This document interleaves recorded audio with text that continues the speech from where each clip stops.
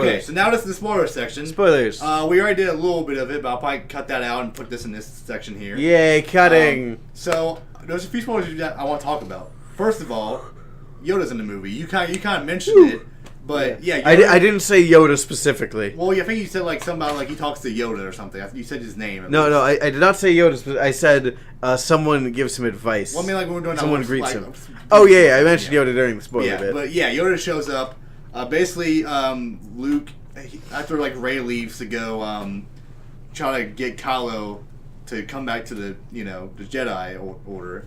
Jedi Order. Yeah, but he's like, all right, that's it. Jedi's done. I'm gonna burn the Jedi Temple, right? So then he walks up to the Jedi Temple, and Yoda does it for him. Yeah, and then he's like, oh, wait a minute.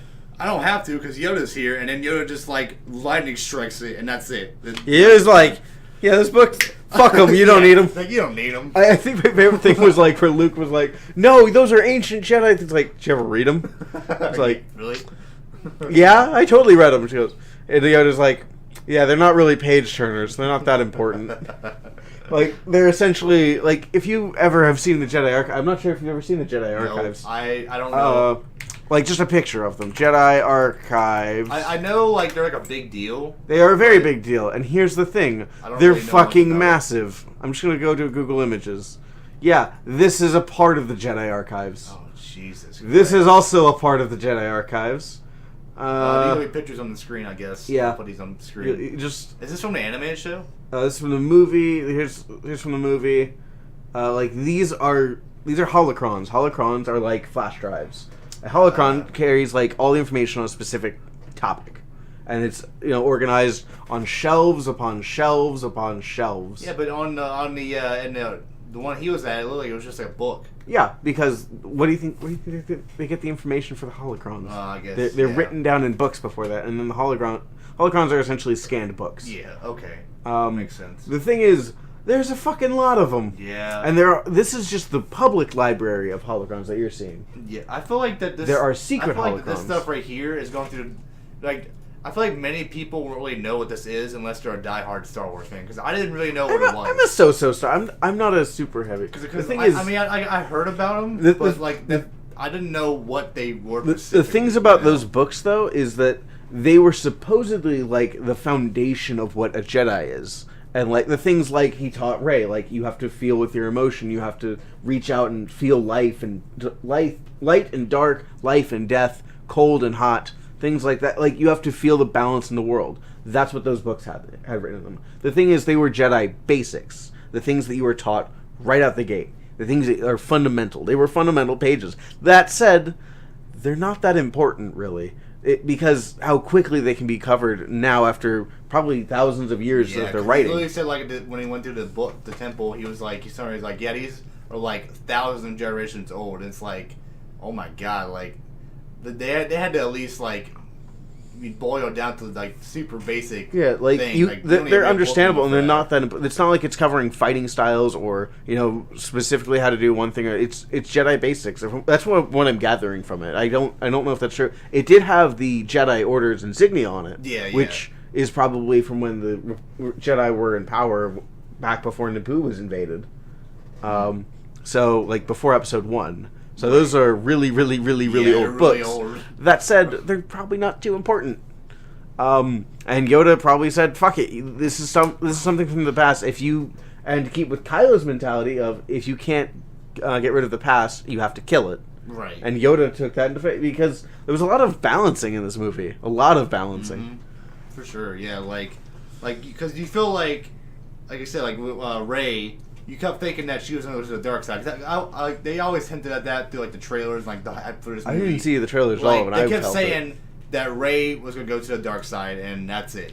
And then you watch the movie, and then she's like, oh well, I'm gonna train with Luke, and then Luke doesn't want to train her. I was expecting like a Dagobah scene, like something like that. And then like she has these like I guess what do you call them, like the Force, like when she talks to Kylo Ren, what is that like? The thing between like Force communication? I don't know what that is exactly. Oh, what is it? But they're called? talking like through the Force, right? Yeah, the Force is connecting them. Yeah, and then like they have these like multiple scenes where like she keeps talking to him, and then she like connects with him, and like there's this one scene where he's like, I'll also say that is the most force active I think Star Wars has ever been with two characters. Like, for the most part, the closest we've ever gotten to something like that before was where someone just kind of telekinetically spoke to them where they could feel danger. This was a full-on presence conversation. They could see each other. Yeah. They were in the same room and they could feel each other. It's very. That sounds very bad when you think about it. Don't think about it. But anyways, like, they were very force-sensitive people. Yeah. I wonder what the midichlorian count is like. What was it? Like, Kylo Ren kept saying, like, let the past die and everything. It's like, and then he's like, oh, well, do you know who your parents are? Because I can show you. Or something. Like, that was like her thing. Like, she didn't know where her parents were. No. The entire thing. And then Kylo was like, they explored it. Yeah, and then he was like, do you know who your parents are? Because I can show you, or something, right? Or something like along the lines of that. Do you remember what he said? Yeah, I don't remember exactly what he said, but it was like somewhere along those lines. What Kylo Ren said, again, we're in spoilers here. Kylo Ren said, you don't know who your parents are, or you're just avoiding the truth. The truth about your parents is that they were drunken junkards that sold you for coin. That's the one. To get another drink before they could die in the desert. And that was cold. Whether or not that's true, that is the coldest thing he could muster. I'm just not very good at, like, paying attention to like, what you're actually saying. I kind of summarize, but I'm not really sure what they actually I have a bit too much skill with it. I'm better at paying attention to Star Wars movies than I am to school. But regardless, I thought that was a good twist, like, where you kept thinking that she was going to turn and she didn't, and then you think Kylo Ren's going to turn. Nobody turns. But nobody turns. He literally stays the same. Like, the whole theme of Snoke, where, like, literally, he just killed him for power. He killed him, he killed Snoke, and then they fought together, and then they were like, then Rey's like, come on, we gotta go help the rebels, they're dying, and then he turns around, looks at Snoke, and he's like, wait a minute. Come join me, together. Power. I was like, God damn it, I was like, no, there's a chance to redeem yourself. The thing I was expecting to happen would be like Rey to step in and say, I'll join you, but you have to stop. Like, for her to dissolve the First Order. Oh, okay, yeah. Like, you have to stop everything they're doing and not kill anyone else. Right. That was what I was expecting Rey to do. But nope. They just could not settle their differences like adults. Kind of like Force lightsaber thing where they ripped a lightsaber apart. Yeah, they ripped it in half, and then and then the ship exploded because that one captain. I think that was the coolest special effects I've ever seen. Of like, or like that one captain, or like what was she, a captain or Phasma? Captain no, not Captain Phasma. The other one that was on the ship by herself. What was her name? The rebel one. Huh? Rebel one? Yeah, the one that was like when they were taking the troop transports out, and like she was like, "I'm staying behind." Vice Admiral Emmeline Holdo? Yeah. Oh, why do they make these names so hard? Fuck you, that's what I'm saying. I don't remember her name, but yeah, you Vice. I just know she was Vice Admiral. That was her role. Why did she have pink hair? I don't know. I don't like some also, of the SJWs. Crush on her or something? What? Because I felt like he. I don't think he did. I feel like he kind of hated her. He was like, that's her. Like that's the one that's commanding. I think he thought she was cute, kind of. I don't know. It was really weird. It was very weird. But yeah, that scene was really cool.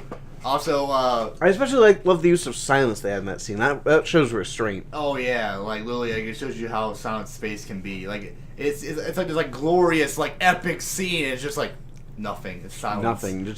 And I feel like I could collectively feel the theater hold its breath at that point. Yeah, that was just came out of nowhere. Like, oh my god, that was probably the most epic way to the story. That made my night. Ever. That was awesome. And then, nerd spoiler, Captain Phasma dies. Whatever. Meh. I mean, I feel like that's a better death than she got before. What's she before? She was shoved in a trash compactor before. Oh, yeah. I don't know how she survived that on a trash compactor on a crashing space station. Yeah. They literally were just they made this big fight, oh, Finn and her are rivals. Let's fight them together. And then they fight for a minute, and then he falls down this ledge, and it's oh no, he got her. Like I said, she got him, and then he rises up. He's like, the second they started fighting, this falls into the predictability category, where they started fighting, and as soon as their eyes locked, I was like, okay, set, fight. Okay, what's gonna happen in this fight is Finn's gonna say some things, she's gonna say some things, she's gonna have him on the ropes, he's gonna seemingly die, something else is gonna happen. And then he's going to come back up and kill her. and get a witty one-liner. And that's exactly what happened. Mm-hmm. It was amazing how predictable that one was. He falls off this like ledge, and then like that one girl. Why can't I remember names in this movie? That freak Rose. That's the one. Yeah, Rose. Like she's like, oh, he died. Oh my god. And then like, and she's like, okay, I'm gonna kill her now. And then all of a sudden like, she has her back turned, and then he rises up this like platform, and then he's like, no, and then like knocks her out. If you're a villain, just you need to follow a few cardinal rules. Make sure whoever the hero is you're killing is dead. Never leave the room. Don't monologue until you're in control. Look over the edge of the cliff to see if she fell down and died. See Watchmen and how to be a proper villain. My God. I think my favorite thing is the twist that people were expecting. Like, everyone was, like, expecting that it would be a nice, heartwarming moment at the end of 7, where she finds him, she hands him this lightsaber, and then 8 starts... Oh, I don't want this thing. Get the fuck out of here. Chucks it over he chucks it over his shoulder and is like, leave now. I will not train you, nor will I ever train anyone like you. Yeah. And the best part is like how they introduce like his concept of why he's there to die. They don't just start off by making him go, no, I don't like the Jedi anymore. He starts off by saying, I'm not training you. And that's it. That's all he says, which is really, I don't want to say realistic, but yeah, realistic. And then it transitions from I don't want to train you to why are you here? And she says, well, the Rebel Alliance sent me. And he goes, yeah, but why are you here? What is your... He kept emphasizing the you part. Yeah, and because eventually she told him, and then... because the reason that he was asking that was because he was focused on what a personal motivation would be to do anything at that point. He was in a bit of a rut. He was stuck like going, oh, what's this? What's the point of why would you come to me? What's so special about me? I failed. Right. That's what he kept coming back to in his head. Snook dies. What the fuck? Yeah. The scene was great, mind you. It was a really good scene where like you could just feel the energy. It was really, really, really well done. But god damn it, the Emperor does not die in the fifth movie. Oh no, he dies in the sixth movie. What's the sixth movie's conflict going to be? Is it going to be Kylo Ren now, where he doesn't turn? Is this going to be Darth Vader not turning good? I guess because like he's dead now, so I guess the next person to take over that place is Kylo Ren. But then they also kill all the guards. So who's going to defend him? Who? The part I really liked with Hawks was after Snoke died. I always say his name wrong.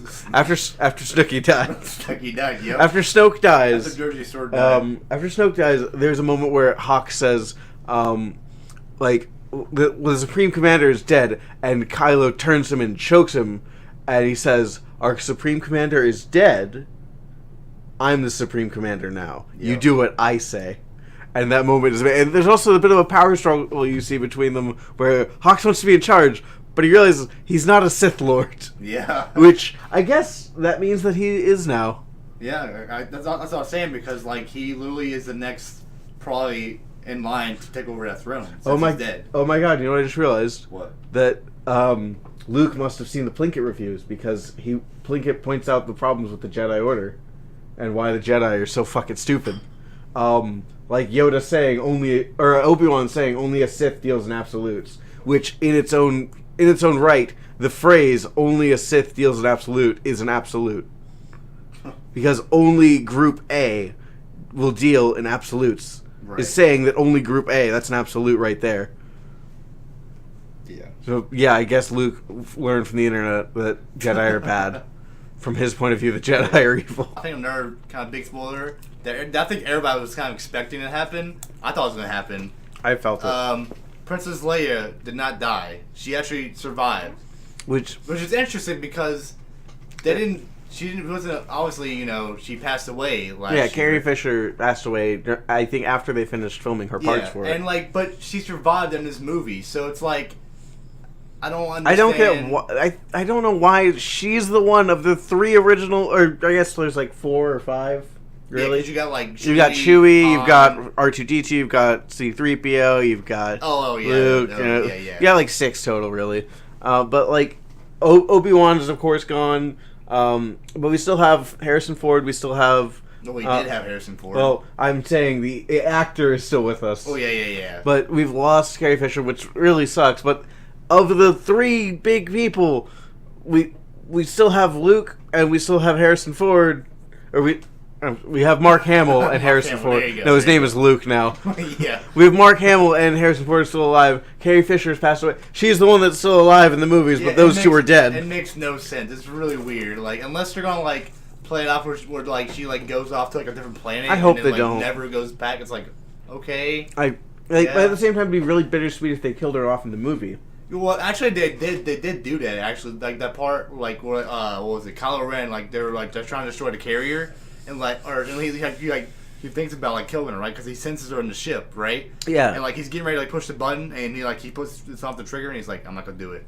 And then like these two TIE fighters come in, threw the bombs at him. And he's like, oh, all right. I at that point I was thinking I had read spoilers like unwillingly read spoilers on Reddit because I subscribed to a subreddit. They had tagged every post with a spoiler, and like when that moment happened, I kept thinking in my mind that they said Leia lives, and I was like, oh, he's not gonna do. Oh my god! Yay! Reddit was wrong. Reddit lied to me. God, damn it! And she literally like was like in space floating, and you thought she was dead, and all of a sudden like, which I didn't even know she had force powers. Honestly, I didn't know she had. She's force sensitive, just like her father. Okay, well. I don't know. Her father was Anakin Skywalker. Yeah, I guess that makes sense. But anyway, who is literally like the Force Jesus of the story. I'm not kidding. His father is the Force. Yeah. But it anyway. was a virgin birth with the Force, which is the fucking stupidest story I've ever heard. But yeah, I hate the Phantom Menace. You think she's gonna die? She puts out her hand and like floats back into the ship, opens the door, and then she lives. It's like, okay, good for you. Like I thought she was gonna die. Like. But whatever, it's fine. It's fine. I mean, we're all fine here. How are you? But you know what's really emotional? What was really emotional? That whole like scene at the end of the movie, like where like Luke comes back. Well, not really, but he comes. Oh yeah, like, he comes back and talks to her. Like I'm like, oh, that was very hard to do. And then like he sits down, and he's like, I know what you're probably gonna say. My hair looks different, and he's like, "Yeah, I like it. It's nice." It's like, feels. It was so, I did not get permission for a field trip. It was like I was probably the last scene. How about together? How about the part with Luke and the walkers, like how they all fired on him at once, and his response was. He just like wait, you're like stop, and then like he just walks out of the sand and just like brushes off his shoulder, and that's it. He brushes off his shoulder while maintaining stern eye contact. He's like, yeah, it's so funny. What? Like, do it again. Come at me. I dare you. It was great. Yeah, and then that's another spoiler. Basically, like so, you think? Well, I mean, you probably know, but. If you've gone this far, you either don't care or don't know, or you do know. I'm sorry. Most of them I'm trying to say is like they make this twist where like you think that like he's actually on the planet and he's fighting the good fight. Yeah, and he's actually like distracting the the fuck. I'm really tired. it's like 4 a.m. The Empire, Jesus Christ. You think he's actually there like trying to like fight him, hold him off, but in reality it was just him fucking around doing a astral projection. Yeah, astral projection. I want to hear you actually say astral projection. Astral projection. Well, I'm gonna spell it out for you. Astral. Don't make me astral more tired than There you go. Astral projection. Astral projection. This is the pictures for astral projection. There you go. This. So basically, that's what basically the whole time he was on that planet, he was doing that on like the planet he was actually on. For those who don't know, the astral projection is a term used in exorcism to describe a willfully out-of-body experience, or OBE, a supposed form of telepathy that assumes the existence of a soul or consciousness called an astral body that is separated from the physical body and capable of traveling outside it and throughout the universe. From Wikipedia. There you go. Just in case anyone was lost on that. In Star Wars, it means you can project yourself on a different planet entirely and fight Kylo Ren. That's what it means everywhere. It specifically says you can travel outside it and throughout the universe. Okay, whatever. That's everywhere. That's what astral means. Whatever. You're using the astral plane. Anyway, in Star Wars, it means you can use the Force to do it. Yes, exactly. There you go. That's what he meant to say.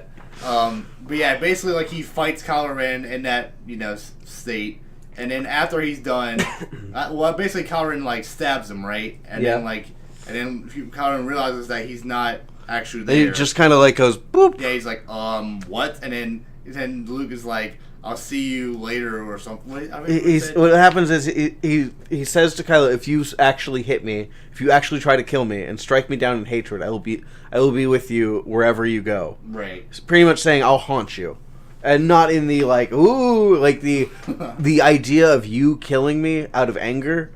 That's going to haunt your nightmares. Right. And that's what I think was what he was getting at. Not just the Force, just his own emotional weight will get to him. Mm-hmm. And then he goes, and does it. And he goes, I told you, I'm going to haunt you. And that's when he realizes it was an astral projection. He wasn't really there. Yep. And then Luke just kind of disintegrates and this, I guess, dies. I guess? Yeah, he dies. But, he totally dies. Yeah. It's, Think of what Obi-Wan did or what Yoda did. He did that. Which is, sad in its own right. He came back and did his thing. Rest in peace, old Jedi Padawan learner. Yeah. But you know what? This movie is all about bittersweet. I mean, you got the actual actor, which is Carrie Fisher, actually dying in real life. You got Luke Skywalker coming back. That's the whole point of The Empire Strikes Back. The second movie is it's always supposed to be the most bittersweet one. Right. Like look at Attack of the Clones. Look at The Empire Strikes Back, and now we have this one. And the reason I say Attack of the Clones, even though I don't like it as a movie, its goal was to be bittersweet. Right. Because at the end of it, we find out things like, Anakin's going to start dating Padme. We find out that the clones are starting the Clone Wars, which is kind of a gruesome time in the Star Wars history. We find out a lot of things. We find out who Grievous is. We learn more about the droid separatists, etc., etc. We learn more about Sidious. It's a very dark time. That said, 2 is probably the happiest of these 3 dark movies. But this one, I feel like it hits home emotionally. Just because this is a great because piece. Over the 40 years history, Luke Skywalker, probably the most iconic, Star Warsy character, aside from R2-D2 and C-3PO. Yeah, all these other ones. But he's probably the main guy you think of. He totally is. And the fact that he came back in this role and did a phenomenal job. After not playing this character for over 30 years. I think my favorite thing is he's not had any work. He's plays the Joker in a lot of bits.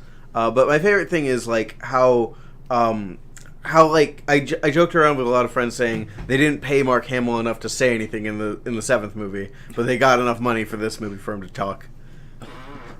Because he didn't say a word in the 7th movie. He just kind of took out his hood and was just look how old I am. Probably 3 hours of hair and makeup for that. Yeah, that was ridiculous. This time the hair and makeup department's work was well appreciated. Yeah, but yeah, I felt just the most bittersweet just because you grew up if you grew up with these movies as you were a kid or even as we are in this generation. We grew up with the prequels without him, but we still favor him. Right. And it's just sad that he's gone now. He's not coming back. He might come back in the next one. At best, he'll come back as a Force ghost. Yeah, but we don't know. And it's just sad to see him go. And also, of course, Carrie Fisher. That's that's also a thing. Which she also did at the very end of the movie. They had a credits in the memory of Carrie Fisher, and I thought that was they had to do that. It was nice. It was nice to have her there. Yeah, they didn't. I just feel moving forward, I feel like the way it's going now, it's definitely got more momentum. I'm more hooked on it than I was, but that said, I grew up with Star Wars video games, Star Wars comics, Star Wars spin-off shows. I like Star Wars, now, okay? Don't judge me. Whether or not... There's a starfighter right there. People think that this trilogy of movies is better than the original or prequels. So far, it's a soft reboot. Yeah, it really is. It's done pretty well. Force Awakens was really good. I wouldn't say it was the Force Awakens was definitely a much softer reboot than this one. This one, I would say, is better than Empire. I feel like the stakes weren't as high in that one as opposed to this one. The thing I don't like about Empire is I don't like Lando. Everyone always rants and raves about how they love Lando Calrissian. It's no, he's a scumbag. He totally stabbed his friend in the back as soon as we meet him. Yeah. He's introduced as, my hands were tied, I had to sell you out to the Empire. It's why would I like him? That's what the other character was in the movie here. The prisoner guy. Oh yeah, but the thing is, he wasn't as big of. We didn't have any history with him. Well, yeah, but Lando still. Calrissian. It was supposed to be established that Han's his old friend with him. Well, we'll reconnect. This guy was. Who the hell are you? Yeah, like literally, he's just there to move the plot along, pretty much. Now, like the same thing with scene. Lando, though. Yeah. I don't like Lando. Lando was really put in as a token character. I did remember in one scene where Luke was like telling Rey, like after he was training or something about like he mentioned a name called Darth Sidious. Do you remember that? Yeah. Isn't that like an important? I feel like that's an important name. I feel like I've heard that name somewhere. Where's that from? There you go. But why did he mention? That can't be it. That can't be Darth Sidious, right? Maybe you recognize that. Oh. Yeah. Okay. Sidious is the Emperor. That's right. I was like, I recognized that name before. I just couldn't remember. That's the equivalent of like going to a car mechanic. It's like, yeah, they said that my car was out of this like liquid thing. I'm very tired. I know. No, this is the equivalent of like going to your car mechanic saying my car's. It popped in my brain. I was like, wait a minute, are they gonna set up a plot point? But I was like, no, my car stopped running. It said it needed like this liquid or something. I think it was called liquid or free gas. That's what it is. My car needs gas. It's 4 a.m. It needs an engine. It needs an engine. I don't think my car's an engine. I don't know. It just popped in my brain. I don't know. I thought it was important, pops. but it wasn't. I showed him a picture of the prequel Sidious because that's when he actually gets the name. Does the name Darth Plagueis mean anything to you? Oh, maybe that's what I'm thinking of. Darth Plagueis. But he didn't mention Plagueis. Yeah, I know. I thought. I don't know. I don't know what you know. I don't know either. All right. I'm really tired. I'm done. I think this is a good movie. It's a good movie. Go spend money on Disney. Go buy a Disney hat. Wear it while watching it. Disney's handling it much better than George Lucas. The whole, story of Luke Skywalker up. I feel this is finally a good end to the arc of Luke Skywalker, I would say. It really is. Like I feel like the last one they wrapped up the arc of Han Solo, and now they're doing it with Luke Skywalker in this one, and I guess next one will just be wrapping up everything and seeing how it goes from there. Unless they make a fourth one, which I think the next one's gonna be the last one. I feel like. Yeah. Whenever that comes out, probably 2019, probably. Another 2 years from now. And I got to spend like the next 2 years researching the heck out of this movie. Yeah. By the way, I just want to say, Rogue One. Yep. They'll probably have another spin-off next year. I hope we don't get something as bad as Rogue One. Will. The problem with Rogue One is it's not terrible. It's just not great either. Not necessary. Yeah, like the problem is like I knew like it was like, oh, don't be too invested so people don't care.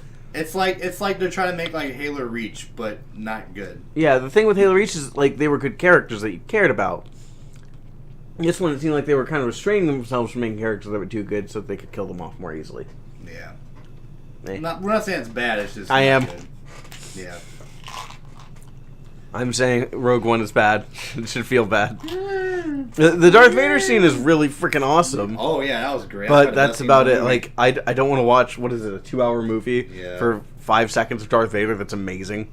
And that one scene where like that blind guy, like they put a bag over his head. He's like, "Are you kidding me? I'm blind." Yeah, that was kind of funny. That was kind of funny. But I mean, like you could accomplish the same thing in a trailer. And now we're just rambling. Yeah, ramble. All right, okay, everybody. I think we're now gonna cut the rambling short. This is a long. This is a very long. I don't know how long we've been going. It says an hour. Oh Jesus, an hour. But we're really big Star Wars fans, as you can see. So I think I'm the bigger one. Well, you're the bigger one. Like specifically in the frame, I'm the bigger Star Wars fan. The bigger one. Like I'm bigger. 40-year shirt. I am wearing the Van Gogh Star Wars shirt. Okay, with that said, I think we're gonna go ahead and cut it there. So, bye. Okay, yeah, I do too. Go to sleep. Get the fuck out. Bye, internet.